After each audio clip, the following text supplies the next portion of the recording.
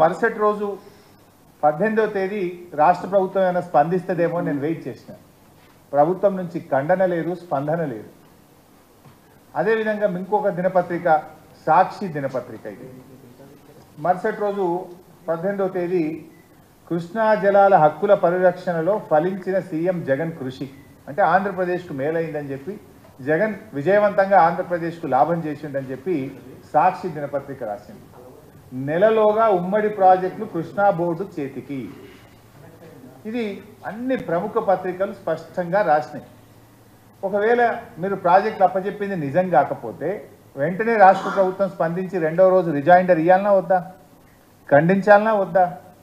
17వ తేదీ మీటింగ్ జరిగింది, మినిట్స్ స్పష్టంగా వచ్చినాయి. ప్రముఖ దినపత్రికలన్నీ కేఆర్ఎంబి చేతికి ప్రాజెక్టులు పోతున్నాయి. తెలంగాణకు నష్టం జరుగుతుందని, ఆంధ్రప్రదేశ్కు మేలు జరుగుతుందని, జగన్మోహన్ రెడ్డి గారు విజయం సాధించారని అన్ని పత్రికల్లో వస్తే ఈ రాష్ట్ర ప్రభుత్వంలో ఉలుకు లేదు, పలుకు లేదు, కనీసం చీమ గుట్టినట్టు కూడా లేదు.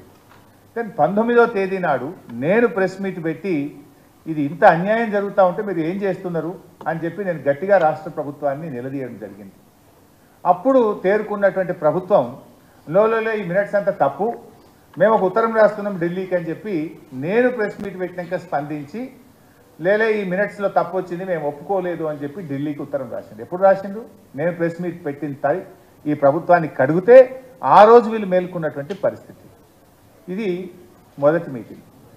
సరే, తర్వాత ఏమైంది? మళ్ళీ కేఆర్ఎంబి సెకండ్ మీటింగ్ జరిగింది 1 ఫిబ్రవరి 2024. ఈ మీటింగ్లో 1వ తేదీ మన హైదరాబాద్లోనే జరిగింది కేఆర్ఎంబి మీటింగ్.